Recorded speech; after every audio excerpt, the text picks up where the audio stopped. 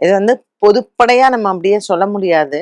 ஏன்னா, நம்ம நேத்தி கேட்ட கேள்விக்கே சொன்னோம். அது எந்த நட்சத்திரத்துல இருக்கணும்னு. இப்போ சூரியன் வந்து அஸ்வினி நட்சத்திரத்துல இருக்காருன்னு வச்சுக்கோங்களேன். அப்போ ஆ அந்த அஸ்வினி நட்சத்திரத்துல சூரியன் இருக்கா, அவ மேஷ ராசிக்காரா. ஆனா, அவளுடைய சந்திரன் கிருத்திகையில இருக்கு அப்படிங்கிறம்போது, லக்னமும் அதே இருந்ததுன்னா, பயங்கர ஹெல்த் இஷ்யூஸ் இருக்கும் அவங்களுக்கு.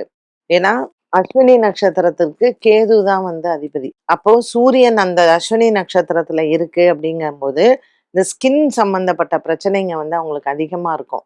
லக்னமும் அதிலேயே இருக்குன்னு வச்சுக்கோங்களேன். அப்ப சந்திரன் வந்து உங்களுக்கு கிருத்திகா நட்சத்திரத்துல இருக்குன்னா, அது சூரியனினோட இது.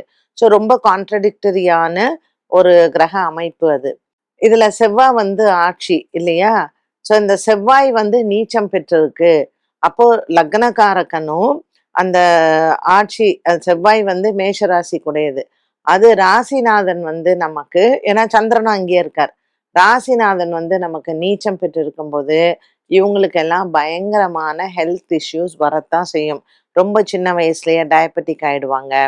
இவங்களுக்கு வந்து அதாவது டெய்லி ஏதாவது ஒரு விஷயத்துக்கு மருந்து சாப்பிடணும். இந்த நித்யகண்டம் பூர்ணாயுஸ் கதை தான்.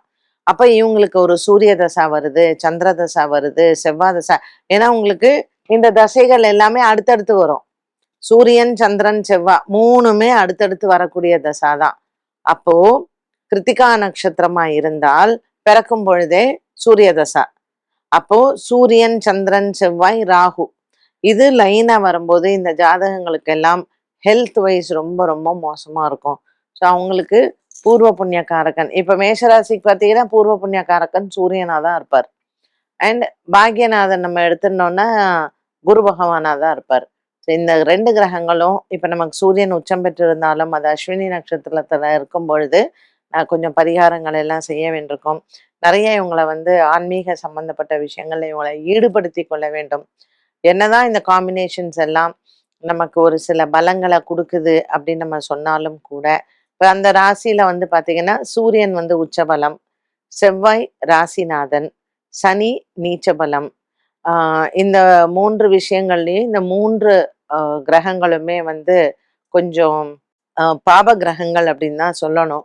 இவங்க சரியா பிளேஸ்மெண்ட்ல இல்ல அப்படிங்கும்போது, ஜாதகருக்கு வந்து மேஷ லக்னமாக இருந்து இந்த காம்பினேஷன்ஸ் இருந்ததுன்னா, ஹெல்த் வைஸ் கொஞ்சம் அவங்களுக்கு இந்த தசா காலங்கள்ல படுத்தும்.